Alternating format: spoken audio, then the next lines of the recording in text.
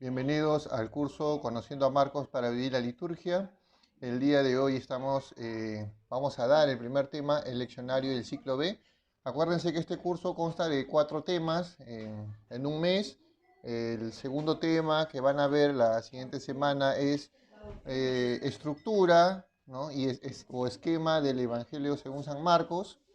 La tercera semana vamos a ver la primera mitad del Evangelio según San Marcos, titulado De Galilea a Cesarea de Filipo, y la cuarta semana la otra mitad del Evangelio de Cesarea de Filipo a Jerusalén. Así que empezamos con la clase de hoy. ¿Por qué un leccionario en absoluto? Primero, el leccionario es un conjunto de lecturas, ¿no? En donde están las lecturas del Antiguo Testamento, el Nuevo Testamento, el Evangelio que se leen durante la misa. La decisión de usar un leccionario significa que las lecturas del domingo o de un día de la semana ya están predeterminadas. Puede haber ciertas ocasiones, como la celebración de matrimonios o funerales, en donde hay otras opciones de lectura que van más acorde con lo que se está realizando en ese momento. La norma en la tradición católica es que las lecturas ya están establecidas, no es opción del sacerdote o del obispo escoger qué lectura le gusta más o no sé, pues por ejemplo, ¿no? Ya, hoy quiero hablar del amor de Dios y voy a escoger un texto que hable del amor de Dios, ¿no? Hoy quiero hablar de la justicia y voy a escoger un texto de la justicia. Eh, lo que se da, ¿no? Dentro de la tradición católica es, insisto, ya están las lecturas de manera predeterminada. Puede haber también casos particulares en el cual una comunidad o congregación religiosa está celebrando, por ejemplo, la fiesta de su fundador, y bueno, hay lecturas propias para esa fecha. Pero, como les había comentado, dentro de la tradición católica se ha utilizado este esquema de, por un lado, estar estructurada y planificada las lecturas para un tiempo determinado, que va siendo cíclico también. La imposición de un leccionario busca disminuir precisamente esta tentación de escoger o elegir, o de solamente escuchar partes de la Biblia que nos pueden ser tal vez útiles o que nos gusten, o omitir ciertos pasajes de la Biblia que tal vez no sean los temas más atractivos o preferidos de, por ejemplo, no el sacerdote, que a un sacerdote le guste, por ejemplo, el tema del amor y la misericordia, ¿no? ¿Qué pasa si puede escoger las lecturas? Pues posiblemente todas las lecturas que escoja en los días que le toque hacer misa estarían enfocadas a ese tema, ¿no? Y tal vez temas con los cuales a él no se siente, bueno, vamos a utilizar la palabra, no le gustan, ¿no? Por ejemplo, el tema del juicio, el tema, no sé, pues de la ira divina de Dios en el Antiguo Testamento, tal vez no los tocaría porque no son temas que van no sé, o que le gustarían, ¿no? Entonces, con el fin de evitar precisamente esta tentación de que el sacerdote a veces pueda escoger ciertos pasajes que le gusta y omitir los que no le gusta, está este tema del leccionario con ya las lecturas planificadas y estructuradas de cierta manera. El leccionario se funda en el misterio pascual de Cristo, ¿sí? Su pasión, muerte y resurrección. A lo largo del ciclo del año de la Iglesia, el leccionario pues presenta la totalidad de este misterio de la vida cristiana, ¿no? Y por eso que es una parte central dentro del leccionario los evangelios. Y ojo, esto es importante, el misterio, ¿no?, pascual de Cristo no solamente se centra en Cristo, ya que por el bautismo y la fe, ¿no?, Cristo nos comparte su misterio pascual.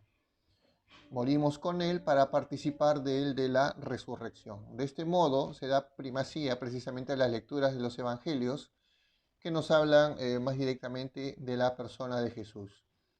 Además, y esto es importante, cuando nosotros vamos a la misa, participamos de la liturgia, no es que escuchamos la palabra de Dios de manera individual, es toda la comunidad, la asamblea, que se reúne para escuchar la palabra de Dios.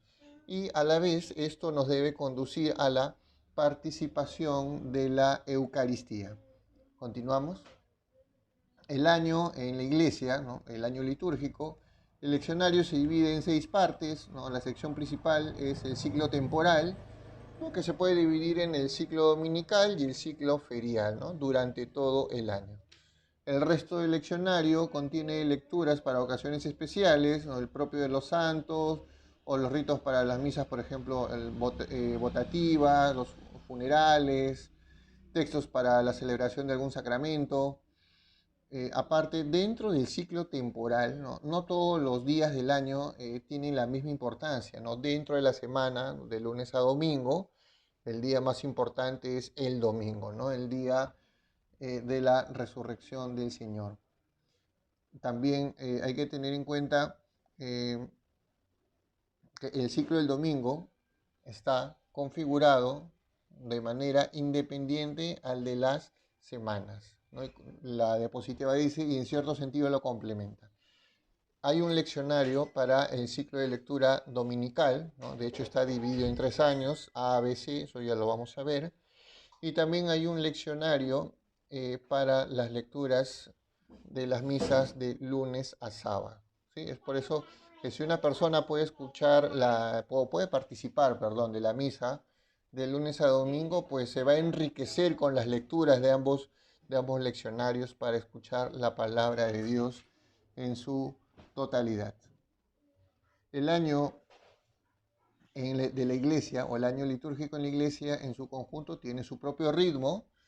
Hay fiestas o tiempos importantes o los tiempos fuertes, ¿no? Tenemos la solemnidad de la Pascua, que dentro del año litúrgico es como el domingo dentro de la semana, ¿no? Es la celebración, la fiesta o el tiempo más importante. Hay 6 domingos, ¿no? Después de la temporada de Pascua, seguido por los domingos de Pascua y Trinidad, o la fiesta de la Santísima Trinidad, perdón, la solemnidad de la Santísima Trinidad. Al lado de la Pascua, la iglesia celebra también a Cristo en su nacimiento y manifestación temprana. Entonces, muy aparte de la Pascua, otro tiempo importante es la Navidad.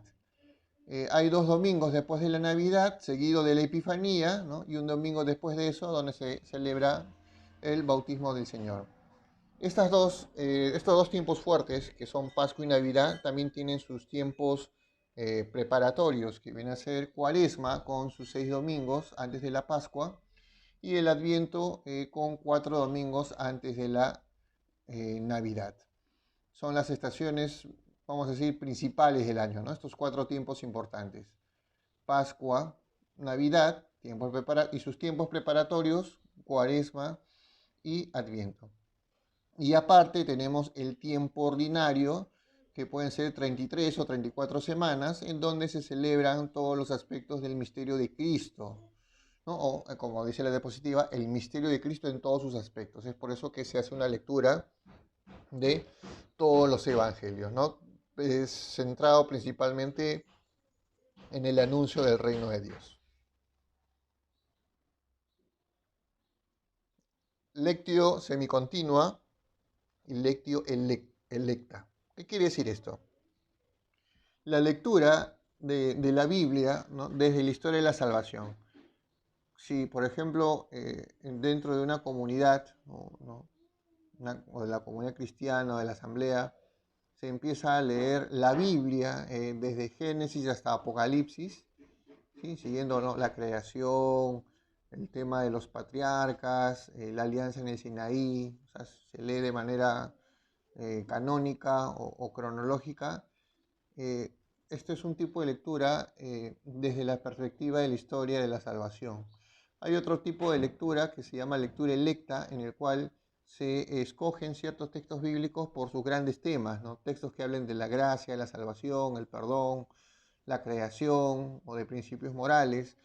Por ejemplo, las lecturas que se escogen en Navidad o en Pascua, en Cuaresma, son este tipo de lecturas, ¿no? Una lectura electa, porque se escogen textos relacionados al tiempo a los tiempos litúrgicos fuertes. Tenemos después la lectura continua o semicontinua, es la lectura de la Biblia a principio a fin. Este es un sistema que se toma de la sinagoga judía, en el cual se leía la Torá en un año, ¿sí? Desde Génesis hasta Deuteronomio, y esto se repetía, ¿no? De manera cíclica. Por ejemplo, la lectura semicontinua o continua lo tenemos en las lecturas del Evangelio en los ciclos dominicales, ¿sí? O también en los ciclos feriales está este tipo de lectura. Principalmente se ve en los evangelios. Continuamos. Lecturas de longitud adecuada o omisión de secciones difíciles. El leccionario romano también reconoce que no todos los pasajes de la Biblia es adecuado o útil para la lectura pública de la liturgia. Se tomaron decisiones de omitir por completo ciertos pasajes por problemas complejos literarios, críticos o exegéticos. ¿Qué quiere decir esto? Normalmente cuando uno lee la Biblia hay ciertos pasajes que son un poco difíciles de entender o de comprender si no tienes un estudio exegético o del contexto cultural de la época. Pasajes en los cuales se nos dice de que si el hombre quiebra el sábado debe ser muerto a pedradas, o cuando Dios permite o avala el asesinato de ciudades enteras, ¿no? En el tema de la conquista de Canaán. Sí, entonces, como la lectura de la Biblia en la liturgia tiene una función pedagógica, exhortativa, no es el lugar adecuado para los pasajes difíciles, que más podrían ser para, vamos a decir, una clase de Biblia. ¿Sí? Entonces, es por eso que por criterio pastoral se decide omitir ciertos pasajes. Por ejemplo, yo les invito a que cojan su Biblia y vayan al Salmo 137. ¿Sí? Este es un ejemplo de un pasaje difícil en la Biblia. ¿Sí? Vamos, Salmo 137. Es un salmo relativamente corto. Trata sobre el lamento de un desterrado. Acuérdense que Babilonia destruye Jerusalén, su templo, y a un grupo importante de ciudadanos de Jerusalén los lleva al exilio. Entonces, vamos a decir, un judío que está en el exilio, o se pone en boca de un desterrado esta oración. La oración consta de 9 versículos, ¿sí? Es como un lamento, ¿no? Inicia, dice así: a orillas de los ríos de Babilonia estamos sentados llorando, acordándonos de Sión. Los últimos 2 versículos, ¿sí? Expresan, vamos a decir, una especie de cólera, ¿no? Que pide a Dios venganza, ¿no? Y dice así: capital de Babel, devastadora, feliz quien pueda devolverte el mal que nos hiciste. Feliz quien agarre y estrelle a tus pequeños contra la roca, ¿no? Entonces, este es un pasaje difícil porque el salmista o el orante del salmo está pidiendo que en venganza por el destierro de Babilonia, ¿no? Se coja a un niño de Babilonia y se le estampe o se le estrelle contra las rocas, provocando su muerte. Eh, si no hay todo un contexto para explicar el sentido del salmo y por qué se tiene esta imagen de Dios de una manera muy vengativa, a veces puede ser perjudicial si se lee simplemente o no se explica a profundidad este pasaje en la liturgia, ¿no? Entonces, eso es un ejemplo de textos difíciles que a veces son omitidos. Disposición básica del leccionario dominical. Hay diferentes lecturas de cada año. En el ciclo dominical tenemos el ciclo A, B y C. Y estos ciclos son rotativos, ¿no? Acá acaba el ciclo C, vuelve a empezar el ciclo A, B, C y así sucesivamente. Por ejemplo, todos los domingos siempre hay 3 lecturas. También esto es importante. Ya hemos visto que el ciclo dominical está en A, B y C. Aparte, en las lecturas dominicales está 3 tipos de lecturas. Una lectura del Antiguo Testamento, excepción en el tiempo de Pascua. La primera lectura es un texto de los Hechos de los Apóstoles. La segunda lectura corresponden a textos de las epístolas del Nuevo Testamento o de Hechos. Y la tercera lectura vendría a ser un evangelio. Dado que existe una considerable divergencia en la forma del leccionario durante las temporadas de Adviento, Navidad, Pascua y Cuaresma, ¿no? En comparación con los domingos del tiempo ordinario, es más fácil y menos confuso para mirar a cada uno por separado, ¿no? Comenzando por el tiempo ordinario. ¿Qué quiere decir? Que si uno quiere estudiar o entender cómo es esta estructura de los textos bíblicos, en el leccionario es bueno primero empezar por las lecturas del tiempo ordinario, ¿sí? Se va a ver más claro la distribución de los temas, pero también verlos por ciclo, ¿no? Lecturas del tiempo ordinario del ciclo A, ¿no? Lecturas del tiempo ordinario del ciclo B y C. Si yo quiero leer o comparar los textos de los tiempos fuertes, pues tengo que ver lecturas del tiempo de Navidad del ciclo A, ¿no? Lecturas de Navidad del ciclo B o del ciclo C. Es una manera para poder verlo y entenderlo, pero siempre empezar por el tiempo ordinario, que es un poco más sencillo. ¿Por qué? Porque las lecturas en el tiempo ordinario, el orden de las lecturas es semicontinua. ¿Sí? Trata de abarcar todo el Evangelio de manera ordenada. En cambio, en los tiempos fuertes, Cuaresma, Pascua, Navidad, Adviento, las lecturas son escogidas, ¿no? Dependiendo del tema que se esté celebrando. Es por eso que a veces no hay un cierto orden o el orden no se ve tan claro en los tiempos fuertes, pero sí se ve más en el tiempo ordinario.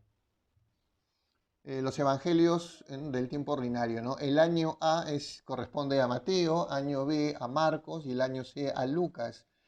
El Evangelio de Juan no tiene un año específico, se lee en las fiestas más importantes del tiempo ordinario. Además, en el ciclo B, ¿no? Que corresponde al Evangelio de Marcos, al ser un evangelio más corto que Mateo y Lucas, normalmente se complementa con el capítulo 6 del Evangelio de Juan. ¿Sí? Eso ya lo vamos a ver en la distribución de las lecturas del Evangelio de Marcos. Se agregan, ¿no?, varias lecturas del Evangelio de Juan para que pueda tener 33 o 34 semanas, al igual que los ciclos A y C. Por ejemplo, ya aquí estamos viendo el cuadro de las lecturas. Esto es el ciclo dominical B, ¿no? Con las lecturas del Evangelio de Marcos, lo que las lecturas que vamos a ver este año. Por ejemplo, en el primer domingo, o lo que podría ser el primer domingo del tiempo ordinario, en realidad se celebra la fiesta del bautismo del Señor, ¿sí? O si Epifanía cae entre el 7 y el 8 de enero, entonces ese domingo es Epifanía, al día siguiente, el lunes, es el bautismo del Señor, y el martes recién inicia la primera semana del tiempo ordinario. ¿Sí? Entonces, en la primera semana del tiempo ordinario no existe, no existe primer domingo de tiempo ordinario. O se celebra bautismo del Señor o se celebra Epifanía. El segundo domingo del tiempo ordinario no se lee un texto de Marcos, se lee el Evangelio de Juan, ¿no? En este caso el capítulo 1, los versículos del 35 al 42. De hecho, en los ciclos A, B y C, en la segunda semana del tiempo ordinario siempre se lee el Evangelio según San Juan. Y a partir del tercer domingo del tiempo ordinario hasta la semana 33, ya se lee de una manera continua el Evangelio de Marcos. Entonces, por ejemplo, aquí en este cuadro estamos viendo tercer domingo en tiempo ordinario, empezamos con Marcos 1, del 14 al 22, ¿no? Y continuamos, si se dan cuenta, las lecturas están casi ahí, son consecutivas. El cuarto domingo se ve Marcos 1, del 21 al 28, en el quinto domingo del versículo 29 al 39. Por ejemplo, si nos vamos al domingo, al noveno domingo, estamos en Marcos capítulo 2 del versículo 23 hasta el capítulo 3 versículo 6.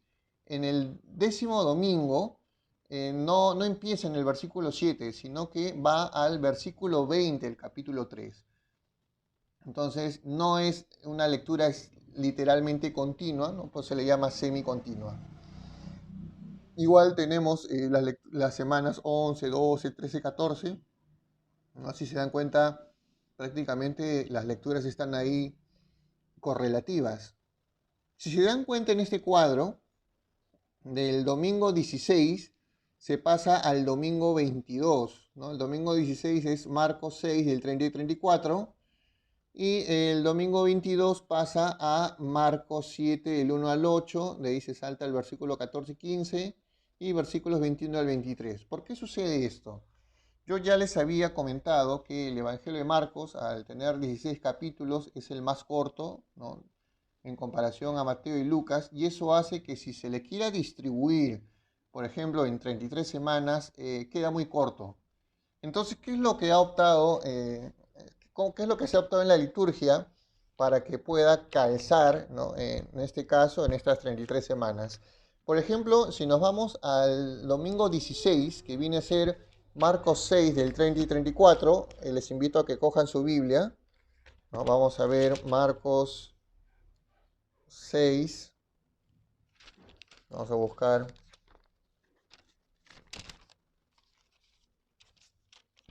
Marcos 6, ya.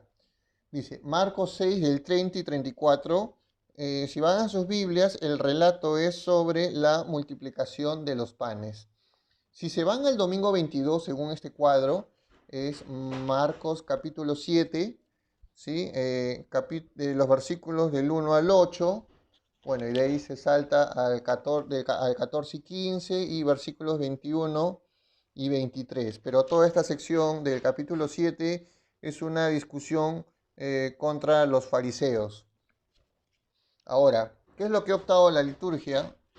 Y eso sí me parece una buena salida, una buena opción, que para completar, en este caso, cinco domingos, lo que han hecho es tomar, ¿no?, el capítulo 6 del Evangelio de Juan, que trata también sobre el milagro de la multiplicación de panes y el discurso del pan de vida, y toda esta sección del capítulo 6, que es larga, ¿no?, la han dividido en 5 domingos y las han insertado dentro del ciclo B. Es por eso que desde la semana 17 hasta la semana 21 del tiempo ordinario del ciclo B se lee el capítulo 6 del Evangelio de Juan. Y así se completa el cuadro de, en este caso, los 33 domingos del tiempo ordinario del ciclo B. De ahí ya, si vemos las demás lecturas, ¿no?, domingo 23, 24, las lecturas prácticamente son correlativas. Y si se dan cuenta, el domingo 33 va a Marcos 13. ¿Qué lectura es Marcos 13? Vamos a Marcos 13. Ya aquí viene toda una sección del discurso escatológico previo a los relatos de la pasión, muerte y resurrección. Entonces, ¿por qué acaba en el capítulo 13? Porque los capítulos siguientes que tratan sobre el misterio pascual de Cristo, esto se va a tratar, o estas lecturas se van a leer en otro tiempo, o en los tiempos fuertes, ¿no? Como, por ejemplo, todo lo que viene a ser el tema de Semana Santa, ¿no?, el tema de la Pascua. Es por eso que, en este caso, ¿no?, en el ciclo B, se omite los relatos del misterio pascual, ¿no? Perdón, de los relatos de la pasión, muerte y resurrección, que principalmente se leen en Semana Santa. Por ejemplo, también tenemos aquí las lecturas del ciclo ferial, ¿sí? Tenemos, ojo, en el ciclo ferial, vamos a un poquito explicarlo, son las lecturas que se leen en la misa de lunes a sábado, y normalmente durante el año se leen los tres evangelios, ¿sí? Mateo, Marcos y Lucas.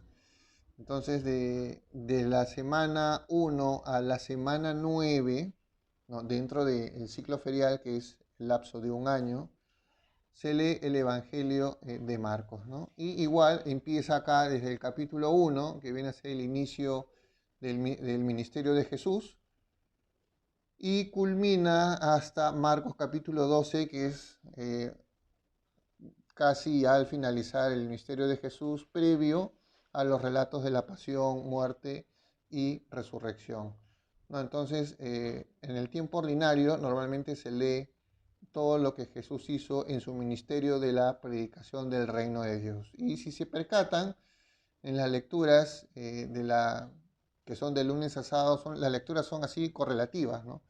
Tenemos el lunes, ¿no?, de la primera semana del tiempo ferial o del ciclo ferial. Tenemos Marcos 1 del 14 al 20, de ahí continúa del 21 al 28, del miércoles del 29 al 39 y así va de manera correlativa. Acuérdense que en el ciclo ferial está el año par y el año impar. La diferencia es en las lecturas, en la primera lectura, ¿sí? Ahí la distribución es distinta en el año par e impar, pero en lo que es la lectura del Evangelio es la misma en ambos años, ¿sí? Entonces, un poquito para repasar, ¿sí?, lo que hemos visto hasta ahora.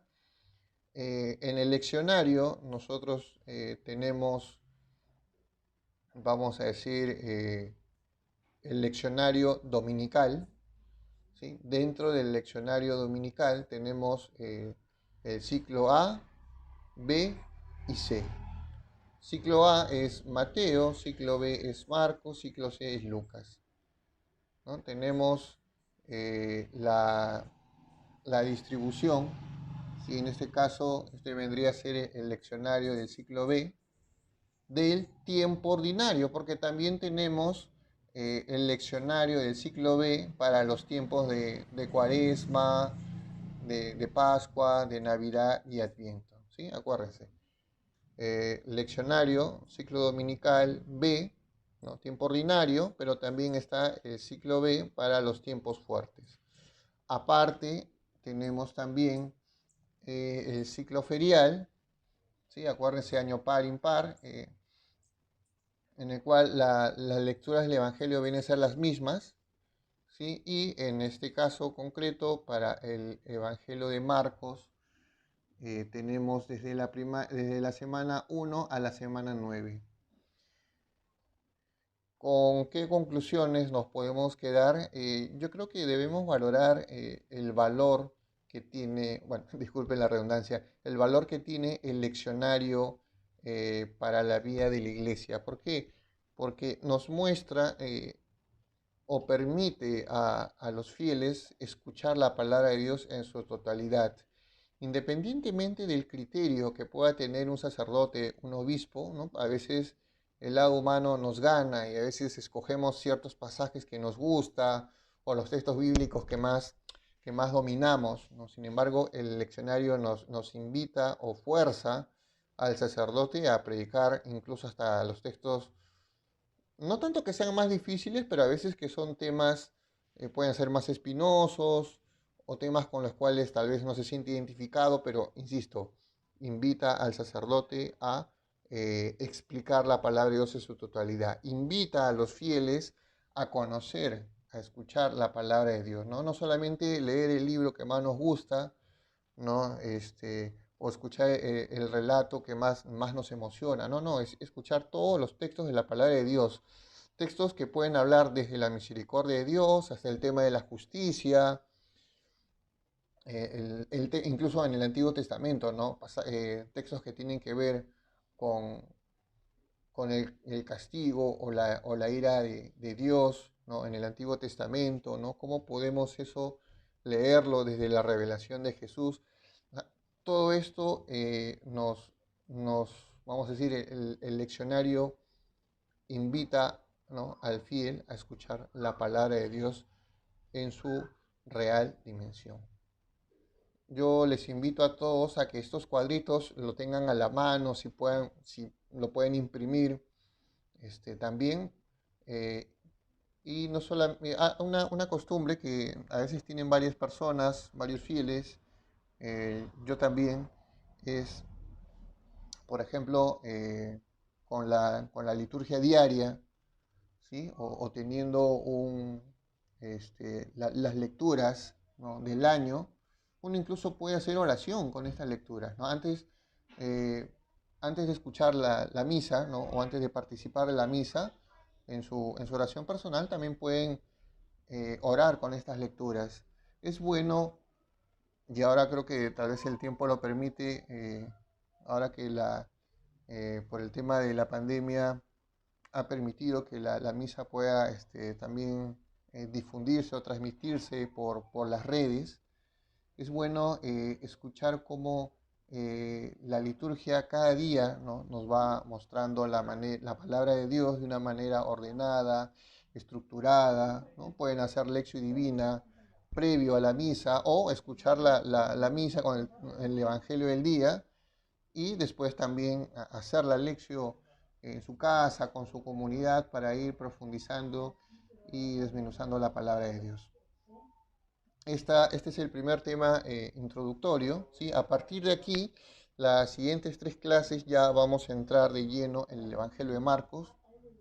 El objetivo es que puedan tener las herramientas necesarias para que cuando escuchen el Evangelio en la misa, ¿no?, más allá de la homilía del sacerdote, o quieran hacer la lección divina con el texto del Evangelio, puedan tener las herramientas necesarias para poder comprender mejor el texto bíblico y que a la vez la palabra de Dios dé fruto en cada uno de ustedes. Así que este tiempo a veces de cuarentena, de encierro, sea también una ocasión de tener un contacto más íntimo con la palabra. Hasta pronto.